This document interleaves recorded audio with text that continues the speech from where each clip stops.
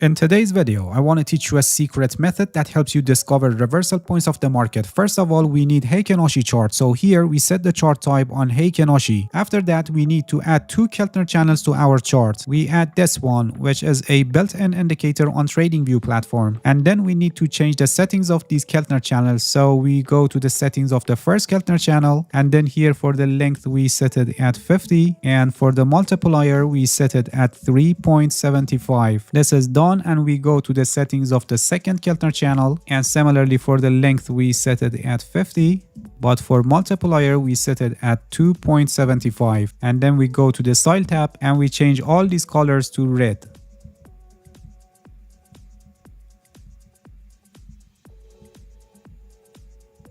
Alright, this is also done, and now we need to add volume indicator. So here we click on indicators and we search volume. We add this one, the simple volume indicator, and we need to go to the settings of this volume indicator, and here in the style tab we add volume moving average, and let's change the color to yellow so it will be more clear on our chart. Alright, the setup is ready, and let me explain how it's used for identifying reversals. This is useful for scalping and day trading in short time frames because we're gonna take advantage of extreme levels and the sudden increased volatility that is developing in the opposite direction. When the price reaches to blue Keltner channel or goes beyond that, this is a very extreme level, and in this case this is an extreme oversold. We want the price past the Keltner channel, and the closing price of the candle should be at least near to blue Keltner channel. It shouldn't be far from blue Keltner channel. If the closing price of the candle is on the channel or beyond that, it's a better signal. So for example, this is not accepted here since the price didn't pass the blue channel, and even it was the case the closing price is far from the blue channel. We want it to be near, like here. So the first condition is that the price must pass the blue channel, and the closing price of the candle should be near to this blue line. As I said, the more closer or goes beyond that, the better is the signal. Then in the next step, we wait for the first green candle that is closed above the red Keltner channel. And for this candle that is closed above the red line, the volume should be above the average. If the volume is below the average, the signal is rejected because it shows weak interest in the market.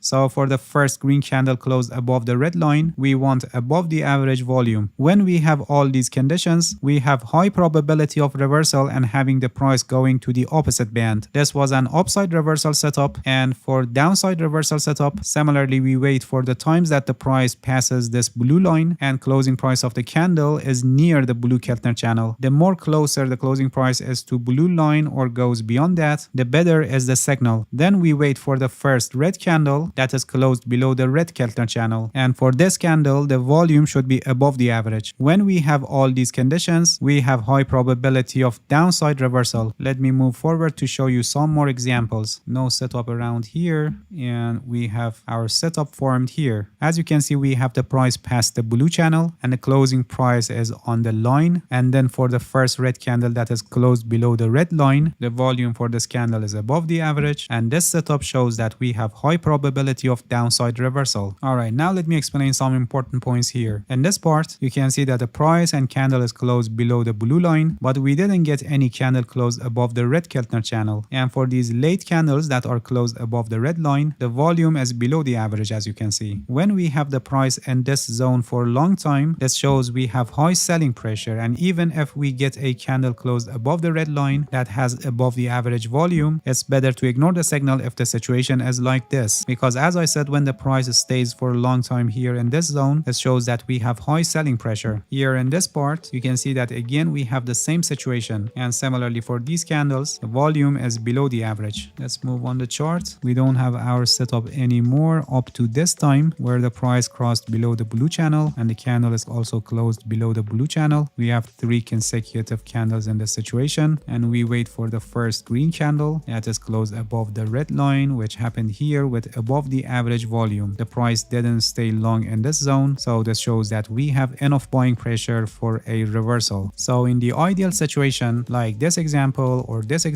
or our previous 2 examples, we don't want the price stays long in this zone. After having the first conditions, which is having the price crossed above the blue channel and having the candle close near the blue channel or on blue channel or above that, we want to see that the price quickly turn back and closes below the red line. This is the ideal situation situation we're looking for, not the ones that the price stays in this zone for a long time, which shows high pressure in that direction. And please pay attention that the best use case of this method is to combine it with divergences. For example, if RSI shows a bearish divergence here, and then when we get the setup, it would be a high probability trade to catch the increased volatility that is developing in the form of a reversal. To decrease your risk as much as possible, it's better to use this setup in conjunction with other reversal signals like the RSI divergence that I just mentioned, so you will have higher probability of achieving the expected result. Alright, that's it. Thank you for watching this video. If you have any questions, feel free to ask and leave a comment for me. I'll answer your questions as soon as possible. If you haven't subscribed to my channel, please subscribe and hit the bell so you get the notifications of my new videos. See you guys in next video and good luck with your trading.